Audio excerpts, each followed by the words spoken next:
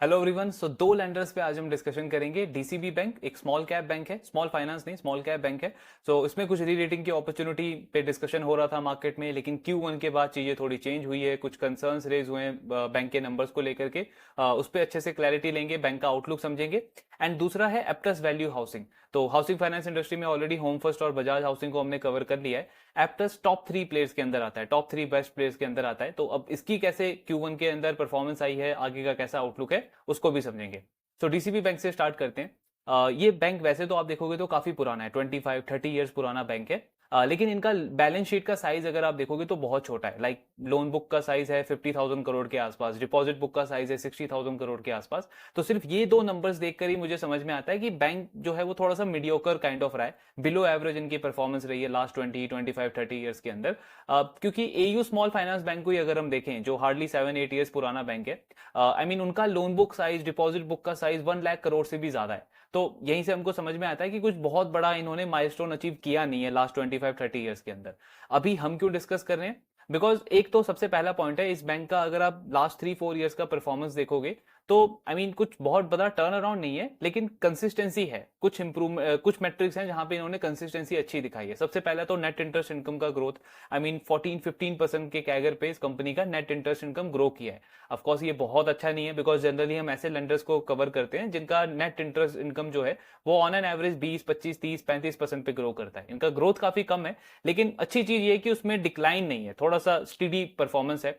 दूसरा इससे भी अच्छी चीज है कि इनकी एसेट क्वालिटी ब्रॉडर लेवल पे अगर आप देखोगे तो वो इंप्रूव हुई है कॉन्स्टेंटली, मतलब लास्ट 3-4 साल के अंदर।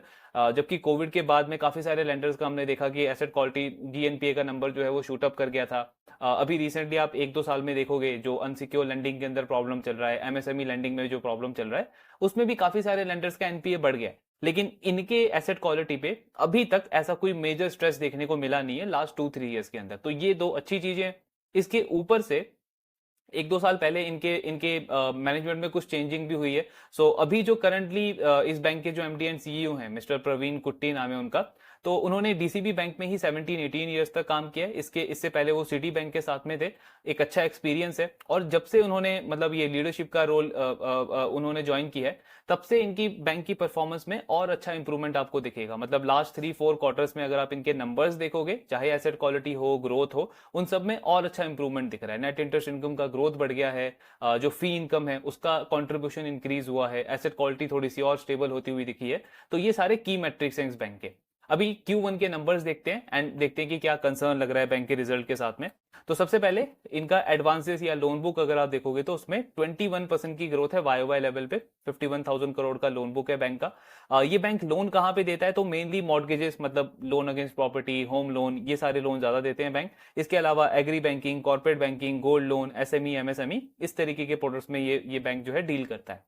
डिपॉजिट फ्रंट पे अगर आप देखोगे तो डिपॉजिट बुक है 62,000 करोड़ का और लगभग 20% की ग्रोथ है। अब इस बैंक के ऊपर ना एक हेडेक नहीं है, जो आपने बहुत सारे स्मॉल फाइनेंस बैंक के साथ में देखा होगा। मिड साइज बैंक में, आईडीएफसी फर्स्ट बैंक के साथ में भी वो एक प्रेशर है उनके ऊपर कि उनको अपने डिपॉजिट बुक का ग्रोथ जो है वो लोन बुक के ग्रोथ से ज्यादा ही रखना है, बिकॉज उनका क्रेडिट टू डिपॉजिट रेशियो अभी अच्छे लेवल पे नहीं है। इस बैंक का credit to deposit ratio already 85% पे है। डिपॉजिट है 62,000 करोड़, लोन बुक है अराउंड 51,000 करोड़। तो ये बैंक के पास में कोई ऐसा हेडेक नहीं है, ये डिपॉजिट बुक, लोन बुक को दोनों को सेम पेस से ग्रो कर सकते हैं। तो लगभग दोनों का ग्रोथ आप देखोगे 20-21% के आसपास है। देन कासा रेशियो इनका कम है, छोटा बैंक है, लगभग 22-23% का कासा रेशियो है। लेकिन इंटरेस्टिंगली इनकी मैनेजमेंट का जो व्यू है ना कासा बुक को लेकर के, वो काफी डिफरेंट है। मतलब इनकी मैनेजमेंट क्या बोलती है कि कासा बुक आज के टाइम पे अगर आप देखोगे ना तो चीप डिपॉजिट उसको नहीं बोल सकते हैं, बिकॉज लास्ट 3-4 ईयर्स के अंदर हमारे कंट्री में जो डिपॉजिटर्स का जो माइंडसेट है वो बिल्कुल चेंज हो गया है। सेविंग अकाउंट को वो मेनली यूज करते हैं जो डे टू डे एक्सपेंसेस जो उनको मीट करने होते हैं, सिर्फ उसके लिए। बाकी मेजरली जो वो पैसा पार्क करते हैं वो आपके जो जहां पे ज्यादा रिटर्न मिलता है, जैसे म्यूचुअल फंड हो गया, डेट म्यूचुअल फंड्स हो गए, और अदर जो इंस्ट्रूमेंट्स हैं, बॉन्ड्स वगैरह, वहां पे वो पैसे को पार्क करना ज्यादा प्रेफर करते हैं। तो अगर आपको कासा बुक ग्रो करना है या कासा रेशियो अगर आपको इंक्रीज करना है अपने अपने बैंक के अंदर, तो आपको प्रीमियम पे करना पड़ेगा, यानी कि आपको सेविंग अकाउंट पे ज्यादा इंटरेस्ट पे करना पड़ेगा डिपॉजिट्स को, जो कि बैंक के लिए अच्छा नहीं है, ऐसा इनकी मैनेजमेंट का कहना है। सो इनका कहना है कि हम रादर देन कासा पे फोकस करने के बजाय हम आपका टर्म डिपॉजिट पे फोकस करते हैं और कॉस्ट ऑफ डिपॉजिट पे फोकस करते हैं। मतलब हमारा cost of deposit, cost of fund industry के कंपैरिजन में बहुत ज्यादा हाई नहीं होना चाहिए, उन चीजों पे हमारा मेन फोकस रहता है। तो इसीलिए आप देखोगे इनका मतलब वैसे तो टर्म डिपॉजिट है 70-80% टोटल बुक में, लेकिन डिपेंडेंसी ऐसा नहीं है कि बल्कि डिपॉजिट्स की तरफ है। जो टॉप 20 डिपॉजिट्स हैं वो सिर्फ 6-7% ही कंट्रीब्यूट करते हैं इस बैंक के टोटल डिपॉजिट्स में। तो इवन दो टर्म डिपॉजिट या एफडी से बैंक का डिपॉजिट बुक ज्यादा ज्यादा बेस है उसका, लेकिन ऐसा नहीं कि बल्कि डिपॉजिट्स ये लेकर के आते हैं। सो इस तरीके का इनका स्ट्रेटेजी है। देन एसेट क्वालिटी में जो हमने बात करी, तो आप देखोगे लास्ट क्वार्टर से कंसिस्टेंटली इंप्रूवमेंट देखने को मिला है। 3.3% का ग्रॉस एनपीए था, अभी 2.98% है। तो क्वार्टर ऑन क्वार्टर भी एनपीए के नंबर में इंप्रूवमेंट जरूर है, लेकिन एक इसमें इंपॉर्टेंट चीज है कंपनी का फ्रेश स्लीपेजेस का नंबर, यानी कि इस क्वार्टर में आपका कितना फ्रेश एनपीए आया। तो ये अगर आप ट्रेंड देखोगे तो लास्ट 4 क्वार्टर का ट्रेंड था कंपनी का 370 से 380 करोड़ के बीच में। इस क्वार्टर में कंपनी का 580 करोड़ का स्लीपेजेस आया है, यानी फ्रेश एनपीए 580 करोड़ का आया इस पर्टिकुलर क्वार्टर में। लेकिन उसके कंपैरिजन में रिकवरीज और अपग्रेड में उतना खास इंप्रूवमेंट नहीं दिखा है। अगर आप रेशियो भी देखोगे तो फ्रेश स्लिपेजेस का रेशियो 4.5% से भी ज्यादा हो गया है, जो कि ऑन एन एवरेज 3% के आसपास होता था। और रिकवरी स्लिपेजेस जो पहले 75-80% के आसपास होते थे, इस क्वार्टर में वो 70% हो गया है। यानी एनपीए ज्यादा आया है और आप रिकवरी उतनी ज्यादा नहीं कर पाए हो, जिसकी वजह से आपका ग्रॉस स्लिपेजेस का आप नंबर देखोगे तो वो 4.5-4.6% के आसपास आ गया। तो ये चीज बिल्कुल रेड फ्लैग तो नहीं, लेकिन एक नेगेटिव चीज है जो हमको माइंड में रखनी है।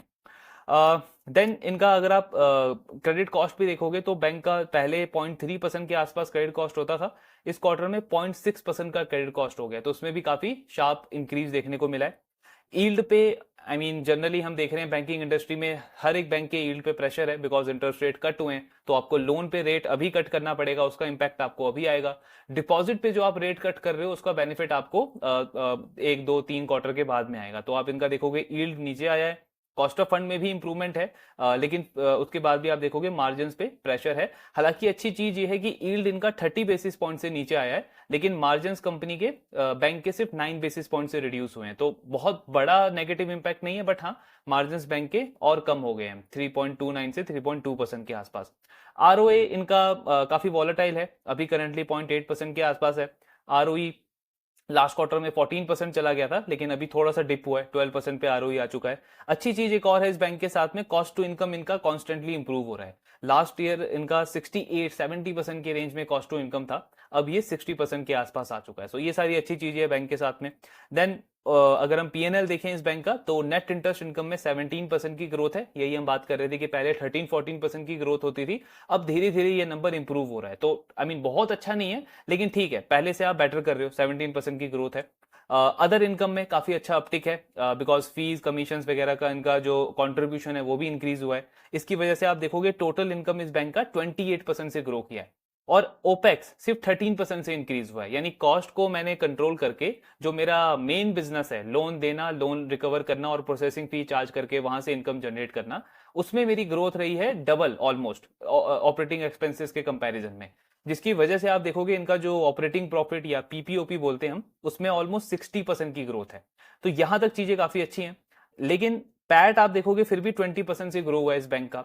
अब अगर ये पीएनएल किसी नॉन लैंडर का होता, तो आप देखते कि ये जो ऑपरेटिंग प्रॉफिट जिसको इबिटा बोलते हैं हम नॉन लैंडिंग बिजनेस के केस में, अगर वो उनका 60% से ग्रो किया है तो पैट उनका ऑलमोस्ट 100% से ग्रो करता मोस्ट ऑफ द केसेस में। लेकिन इनके साथ में ऐसा नहीं हुआ, बिकॉज लैंडिंग बिजनेस में ऑपरेटिंग प्रॉफिट और नेट प्रॉफिट के बीच में एक जो वो लूडो में आपका 99 पे जो सांप बैठा होता है ना, उस तरीके का ये आ जाता है प्रोविजन, क्रेडिट कॉस्ट जिसको बोलते हैं।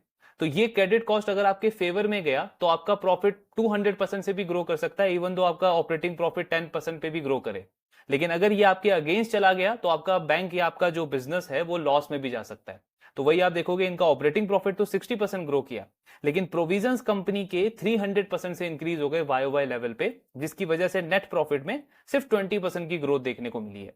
लास्ट ईयर इनका प्रोविजन था 28 करोड़, इस बार आ गया 115 करोड़। तो ये एक बड़ा नेगेटिव है।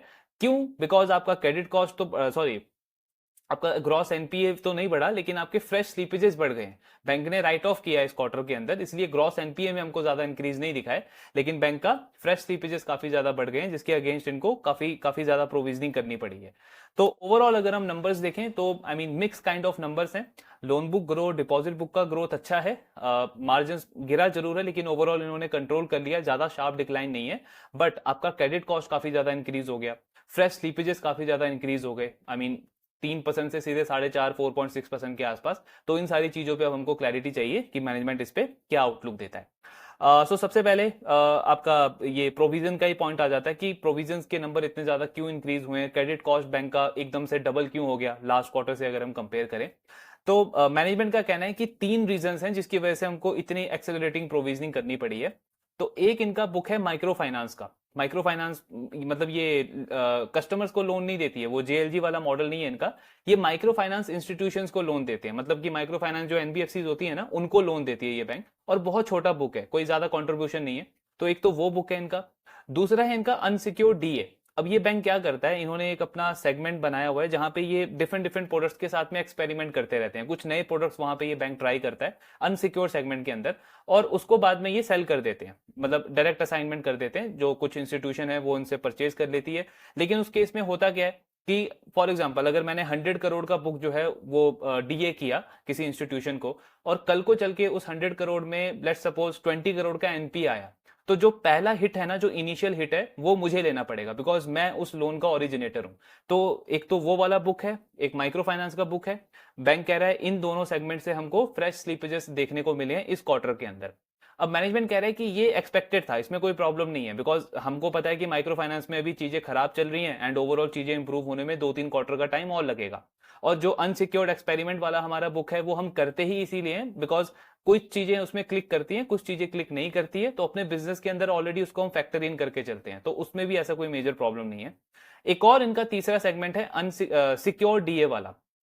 इसमें बैंक क्या करता है, जो अदर लैंडिंग इंस्टीट्यूशंस हैं, जैसे कुछ एनबीएफसीज हैं, कुछ आपके बैंक्स हैं, उनसे ये सिक्योर्ड बुक खरीद लेते हैं, एमएसएमई के सिक्योर्ड बुक, जो लो टिकट साइज के होते हैं, 2 लाख 3 लाख के जो लोन होते हैं, उसको इन्होंने परचेज किया हुआ है। तो बैंक कह रहा है कि इन दोनों से भी एनपी आया, और जो हमारे लिए थोड़ा सा सरप्राइजिंग था वो था ये सिक्योर्ड बुक से जो हमको स्लीपेजेस देखने को मिला है। तो मेनली इन तीनों सेगमेंट से, इन तीनों जो पार्ट है बुक का बैंक का, उसमें इनको थोड़े से स्लीपेजेस या फ्रेश एनपीए देखने को मिले इस क्वार्टर में, जिसके अगेंस्ट में इन्होंने इतना एक्सेलरेटिंग प्रोविजनिंग करा इस क्वार्टर में, और इतना ज्यादा हमको क्रेडिट कॉस्ट दिखा बैंक का। देन पॉइंट आता है कि क्या ये बहुत ज्यादा नेगेटिव है, आगे आउटलुक क्या है इसके ऊपर। तो मैनेजमेंट कह रहा है कि इवन दो आपको क्रेडिट कॉस्ट दिखेगा हमारा इस क्वार्टर में 0.6% के आसपास, फुल ईयर के लिए हमारा गाइडेंस अभी भी वही में सेम मेंटेन्ड है। तो इनका गाइडेंस क्या है, 45 से 55 बेसिस पॉइंट का, यानी 0.45% से 0.55%। पॉइंट आता है कि आप अभी भी इतना कॉन्फिडेंस कैसे हो, बिकॉज माइक्रो फाइनेंस का प्रॉब्लम तो अभी भी चल ही रहा है, अनसिक्योर्ड वाला आपका पार्ट है।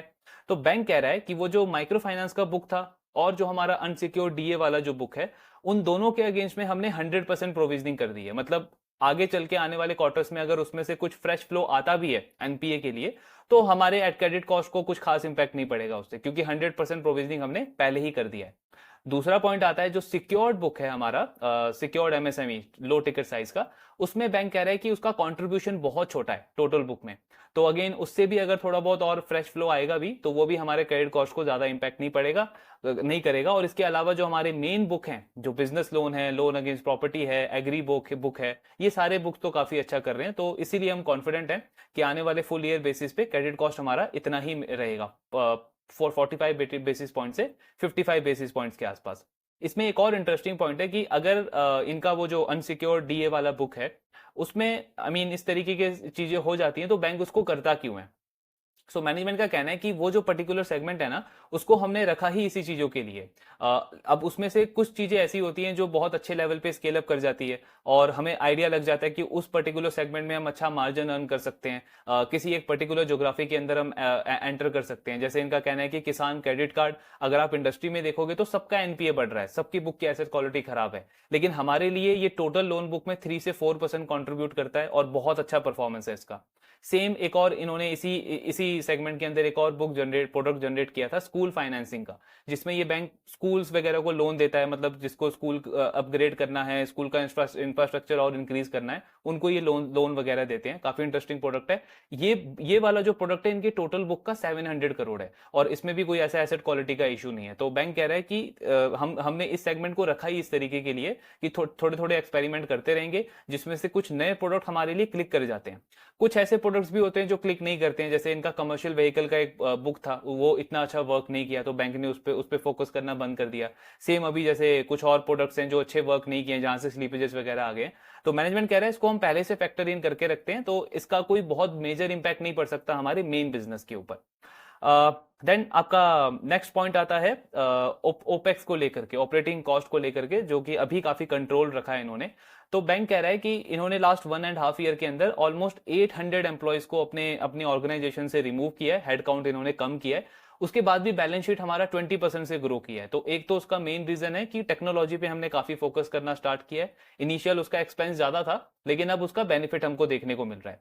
दूसरा, बैंक कह रहा है कि आगे जो हमारा ग्रोथ आएगा उसमें जरूर हम हायरिंग वगैरह करेंगे, लेकिन हम एआई का यूज कर रहे हैं और उससे हम मेक श्योर कर रहे हैं कि एक तो जो हमारे एग्जिस्टिंग एम्प्लॉयज हैं उनमें से हम फाइंड आउट करें कि कहाँ पे मतलब जिसको बोलते हैं जो लैगर्ड हैं, मतलब जो हमारे प्रोडक्टिविटी को नीचे लेकर के जा रहे हैं, तो उनको हम रिमूव करेंगे। फ्रेश हायरिंग के लिए भी हम ये एआई मॉडल वगैरह के थ्रू अच्छे से प्रोजेक्ट करेंगे कि इनसे हमारे बिजनेस के अंदर कितना ज्यादा प्रोडक्टिविटी इंप्रूव हो सकता है। तो ये सारी चीजों से management overall operational efficiency build करने को देख रही है, जिससे ओपेक्स ये बहुत ज्यादा इंक्रीज होते हुए नहीं देख रहे हैं। मतलब ऑपरेटिंग एक्सपेंसेस जो अभी करंट रेट चल रहा है, मोर और लेस उसी रेट पे कंपनी रख रही है। In fact cost to average asset जो है बैंक का, जो अभी 2.54% के आसपास है, इसको ये और इंप्रूव करने को देख रहे हैं आने वाले क्वार्टर्स में। यानी ज्यादा चांस क्या है कि अगर इनका नेट इंटरेस्ट इनकम का ग्रोथ ऐसा ही रहा, तो ऑपरेटिंग प्रॉफिट का जो ग्रोथ है वो ज्यादा रहेगा बैंक का कंपेयर टू ऑपरेटिंग एक्सपेंस का ग्रोथ। तो ये चीज काफी अच्छी है बैंक के लिए। देन इसके बाद इनका, हाँ, ये वाला एसेट क्वालिटी का तो हमने डिस्कस कर लिया। निम के ऊपर बात करते हैं कि नेट इंटरेस्ट मार्जिन का कैसा आउटलुक है। तो आई मीन ये चीज तो हर एक बैंक के साथ में कि अगले कुछ क्वार्टर्स में उनके यील्ड के ऊपर प्रेशर रहेगा, लेकिन ये बैंक कुछ लीवर्स यूज कर रहा है अपने मार्जिन को प्रोटेक्ट करने के लिए। तो अभी इन्होंने क्या करना शुरू किया है, अपने सिक्योर्ड प्रोडक्ट्स के अंदर, मॉर्गेज प्रोडक्ट्स के अंदर होम लोन की जगह लोन अगेंस्ट प्रॉपर्टी पे ये ज्यादा फोकस कर रहे हैं। अब लैप आपका बिजनेस लोन होता है, उसमें यील्ड आपको ज्यादा अच्छा मिलता है, लेकिन बैंक कह रहा है क्रेडिट कॉस्ट आपका सेम होता है। तो इसलिए हम होम लोन पे थोड़ा सा कम फोकस कर रहे हैं, लोन अगेंस्ट प्रॉपर्टी पे फोकस बढ़ा रहे हैं, जिससे हमारा यील्ड बढ़ेगा। तो इवन दो ये रेट कट की वजह से यील्ड पे प्रेशर है, लेकिन ये जो हाई यील्डिंग प्रोडक्ट्स के ऊपर हम फोकस कर रहे हैं, वो हमारे मार्जिन को एक तरीके से प्रोटेक्ट करेंगे शार्प डिक्लाइन होने में। मतलब एक दो क्वार्टर में जरूर थोड़ा सा डिक्लाइन देखने को मिलेगा। By the end of Q4 ये मैनेजमेंट कह रहा है कि निम में आपको इंप्रूवमेंट देखने को मिलेगा, कंसिडरिंग अगर और फ्रेश रेट कट्स नहीं होते हैं, क्योंकि अगर और रेट कट होता है तो फिर तो और इंपैक्ट पड़ सकता है निम पे, लेकिन और फर्दर रेट कट नहीं हुआ तो जो करंट लेवल है मार्जिन का, मोर और लेस मैनेजमेंट कह रहा है कि इसको हम कंटेन कर लेंगे इसी लेवल के आसपास, क्योंकि डिपॉजिट पे भी रेट कट करना इन्होंने स्टार्ट कर दिया है और अभी सिर्फ 3 मंथ्स हुए। तो मैनेजमेंट कह रहा है ये डिपॉजिट वाले फ्रंट पे जो हमको बेनिफिट आएगा वो नेक्स्ट 12-15 मंथ्स तक आएगा। तो by the end of Q4 हम काफी अच्छी पोजीशन में होंगे अपने नेट इंटरेस्ट मार्जिन को लेकर के, अगर और रेट कट नहीं होता है तो। मतलब मार्जिन को लेकर भी ओवरऑल अगर आप देखोगे तो गाइडेंस इनका पॉजिटिव है। लास्टली अगर हम डिस्कस करें कि मैनेजमेंट का क्या विजन है, तो मैनेजमेंट कह रहा है कि हमारा नियर टू मीडियम टर्म में ना 2 मेन चीजों पे फोकस है। सबसे पहला फोकस है कि डीसीबी बैंक जो है वो एक एनबीएफसी की तरह एक्ट कर रहा है और हमको इसको एक प्योर बैंक लेकर के जाना है। एनबीएफसी की तरह एक्ट क्यों कर रहा है? बिकॉज इनका कहना है कि हमारे बैंक का कल्चर जो है वो प्रोडक्ट ड्रिवन है। मतलब हम होम लोन, जैसे अगर प्रोडक्ट होम लोन है तो होम लोन का जो आरएम है वो सिर्फ होम लोन पे फोकस करता है, लैब का अगर कोई आरएम है वो तो वो सिर्फ लैब पे फोकस करता है। जबकि बैंक का मेन मोट जिसको हम बोलते हैं, कॉम्पिटिटिव एडवांटेज जिसको बोलते हैं हम एनबीएफसी के कंपैरिजन में, वो यही होता है कि वो अपने कस्टमर्स को एक होलिस्टिक फाइनेंशियल सॉल्यूशन प्रोवाइड करता है। एनबीएफसी क्या करती है, मोस्टली एनबीएफसी क्या करेगी, 1 या 2 प्रोडक्ट आपको ऑफर करेगी। जैसे अगर कोई हाउसिंग फाइनेंस कंपनी है तो वो सिर्फ आपको होम लोन दे सकती है। अगर कोई लोन अगेंस्ट प्रॉपर्टी प्रोवाइड कर रहा है या फिर अगर आपको कोई माइक्रो फाइनेंसिंग का लोन दे रहा है तो वो सिर्फ उसी सेगमेंट में प्ले कर सकते हैं। बैंक्स के पास में क्या है कि वो आपको इन्वेस्टमेंट से लेकर के, इंश्योरेंस से लेकर के, आपका जो भी बेसिक नीड है, डिपॉजिट से लेकर के पूरी फाइनेंशियल सर्विसेज आपको प्रोवाइड करते हैं। तो एक इनका फोकस अभी इस चीज के ऊपर है कि इस कल्चर को चेंज करना है। इनका मेन जो टारगेट कस्टमर है वो सेल्फ एम्प्लॉयड कैटेगरी के कस्टमर्स हैं।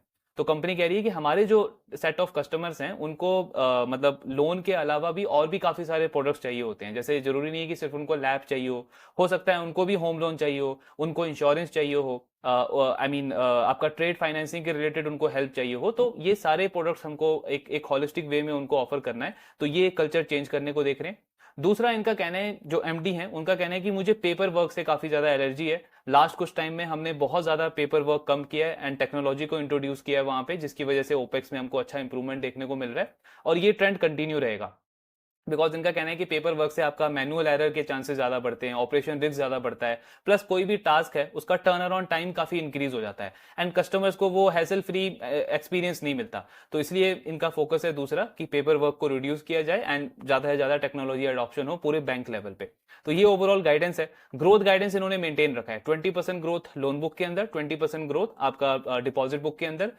ईल्ड पे थोड़ा सा प्रेशर रहेगा लेकिन मार्जिन पे बैंक कह रहा है कि उसको हम कंटेन कर लेंगे हाई यील्डिंग प्रोडक्ट्स के ऊपर फोकस करके। और क्रेडिट कॉस्ट का गाइडेंस इन्होंने मेंटेन रखा है 45 से 55 बेसिस पॉइंट। इनफैक्ट अगर आप इनका कॉन कॉल सुनोगे तो मैनेजमेंट ज्यादा कॉन्फिडेंस के साथ में कह रहा है कि ये 40 बेसिस पॉइंट ही रहेगा। मतलब गाइडेंस का जो लोअर रेंज है 45 बेसिस पॉइंट, उससे भी नीचे हम मेंटेन रखेंगे अपने क्रेडिट कॉस्ट को। तो एसेट क्वालिटी को लेकर के ओवरऑल बैंक कॉन्फिडेंट है। बाकी एस्पिरेशन है इनका कि आरओए को हमको 1% तक लेके जाना है, आरओए हमारा 14% तक जाना चाहिए। कोई एग्जैक्ट टाइमलाइन नहीं दिया इन्होंने बिकॉज नियर टर्म में थोड़े से चैलेंजेस तो हैं, लेकिन इनका ये टारगेट है कि आरओए 1% और आरओई 14% तक हमारा जाना चाहिए। तो ये ओवरऑल डिस्कशन था डीसीबी बैंक के ऊपर। अब मैं नंबर्स अगर देखूं, मैं सिर्फ इस बिजनेस को ट्रैक करता हूं और अगर मैं सिर्फ नंबर्स देखूंगा तब तो मुझे लगेगा कि सीरियस प्रॉब्लम है बैंक में। बिकॉज स्लीपेजेस इतने ज्यादा इंक्रीज हो गए, प्रोविजंस 300% से बढ़ गए, क्रेडिट कॉस्ट ऑलमोस्ट आपका डबल हो गया। तो ये सारी चीज बिल्कुल रेड सिग्नल देगा मुझे। इसीलिए कॉन कॉल सुनना या फिर आई मीन किसी भी बिजनेस के बारे में जब हम जजमेंट पास करते हैं, हमको कंक्लूजन निकालना है तो वो तभी निकालना चाहिए जब हम पूरा एनालिसिस अपना कंप्लीट कर लें। तो कुछ ऐसा सीरियस इशू लगता नहीं है बैंक के साथ में, बिकॉज वो 2-3 जो प्रोडक्ट्स हैं जहां से इन्होंने प्रोविजनिंग करी है उसमें से 2 प्रोडक्ट में तो इन्होंने 100% प्रोविजनिंग कर दी है। और तीसरा जो प्रोडक्ट है सिक्योर्ड एमएसएमई का, उसमें बैंक कह रहा है कि उसका कंट्रीब्यूशन ही बहुत छोटा है। तो अगर उससे फ्रेश फ्लो आएगा भी तब भी हमारा ओवरऑल क्रेडिट कॉस्ट इसी रेंज में रहना चाहिए, 45 से 55 बेसिस पॉइंट्स में। तो ओवरऑल चीजें ठीक लग रही है इस बैंक के केस में। एंड आई मीन आप वैल्यूएशन वाइज देखोगे तो काफी अंडर वैल्यूड लगता है। प्राइवेट सेक्टर का बैंक है और पीई अगर आप देखो तो सिर्फ 6 का है, price to book I think 0.7-0.75 का है, बुक वैल्यू के भी नीचे ये बैंक ट्रेड कर रहा है। जबकि ऐसा कुछ बहुत मतलब बहुत नेगेटिव हुआ नहीं है इस बैंक के साथ में रिसेंटली। अगर हम बात करें, समझ में आता है जो स्मॉल फाइनेंस बैंक है या माइक्रो फाइनेंस लेंडर है तो उनका तो मतलब आधा बुक ही नीचे जा रहा है, उनका बुक डी ग्रो कर रहा है। कुछ जो लेंडर्स हैं वो प्रॉफिट से लॉस में चले गए हैं, तो वो रीजन हो सकता है कि अगर आप बुक वैल्यू के नीचे ट्रेड करो। लेकिन आपका लोन बुक डिपॉजिट बुक दोनों 20% से ग्रो कर रहा है और प्रॉफिटेबल बैंक है, 18-20% का पैड ग्रोथ आ रहा है बैंक का। ईल्ड पे थोड़ा सा प्रेशर है शॉर्ट टर्म के लिए, लेकिन वो तो सारे बैंक्स के साथ में है। तो आई मीन फंडामेंटली इतना कुछ ज्यादा खराब लगता नहीं है इस बैंक की, जिसकी वजह से प्राइस टू बुक इसका इतना नीचे हो। तो रीरेटिंग की अपॉर्चुनिटी तो बिल्कुल लगती है। अगर जो ये बोल रहे हैं आने वाले क्वार्टर्स में अगर एसेट क्वालिटी पे कोई ज्यादा सीरियस इशू नहीं रहा और ये कंसिस्टेंसी इन्होंने नेक्स्ट 3-4 क्वार्टर्स तक मेंटेन रखी, तो बहुत हाई चांस है कि आई मीन आपका book value at least price to book at least आपका 1 के आसपास तो आए। यानी 30 से 35% तक का तो अपसाइड बहुत आराम से लगता है, कंसिडरिंग अगर जो ये बोल रहे हैं उसको इन्होंने एग्जीक्यूट कर दिया आने वाले क्वार्टर्स में। सो वही है, इसका ट्रैकिंग हम कंटिन्यू रखेंगे आने वाले क्वार्टर्स में। अब फोकस करते हैं दूसरे प्लेयर पे, एप्टस वैल्यू हाउसिंग। सो एप्टस वैल्यू का गाइडेंस रहता है कि 28 से 30% पे हम ग्रो करेंगे, लेकिन इनके साथ में प्रॉब्लम ये है कि एग्जीक्यूशन काफी कम आता है, कंसिस्टेंसी वैसी दिखती नहीं है कंपनी की तरफ से। तो अभी इनके Q1 के रिजल्ट देखते हैं सबसे पहले। सो एयूएम का ग्रोथ अगर आप देखोगे तो 24% है, अगेन वही सेम इशू है, गाइडेंस है 28-30%, बट एग्जीक्यूट किया है कंपनी ने 24% से। देन ग्रॉस एनपीएस कंपनी का इंक्रीज हो गया है, सिक्वेंशियली 30 बेसिस पॉइंट का इंक्रीज देखने को मिला है ग्रॉस एनपीए में। जो पीपीओपी है उसमें अच्छी ग्रोथ है 31% की। डिस्बर्समेंट स्लो है इस कंपनी का, 15% से ग्रो किया है। ये सेम चीज हमने होम फर्स्ट के साथ में भी देखी थी, उनका भी Q1 का जो डिस्बर्समेंट है वो डी ग्रो हुआ था, मतलब नेगेटिव ग्रोथ उसमें देखने को मिली थी। सबसे अच्छी चीज क्या है एप्टस के रिजल्ट में कि इनका आरओई का नंबर जो है ना वो 20% भी क्रॉस कर गया है। ऑलरेडी पूरे हाउसिंग फाइनेंस इंडस्ट्री में सबसे बेस्ट आरओई के नंबर हैं एप्टस वैल्यू के, और अब ये नंबर कंपनी का 20% भी क्रॉस कर चुका है। देन इनका अगर आप ज्योग्राफिक प्रेजेंस देखोगे, सो साउथ से स्टार्ट हुई थी ये कंपनी तमिलनाडु से, फिर उसके बाद इन्होंने आंध्रा में, तेलंगाना में, कर्नाटका में एक्सपैंड किया। और अभी तक ये मेजरली साउथ ड्रिवन ही है। लास्ट ईयर इस कंपनी ने उड़ीसा और महाराष्ट्र के अंदर एंटर किया था। तो आई मीन अगर आप एप्टस को ट्रैक कर रहे हो ना, तो इनके ग्रोथ लीवर मेन तीन है, तीन जगह से इनका ग्रोथ आएगा।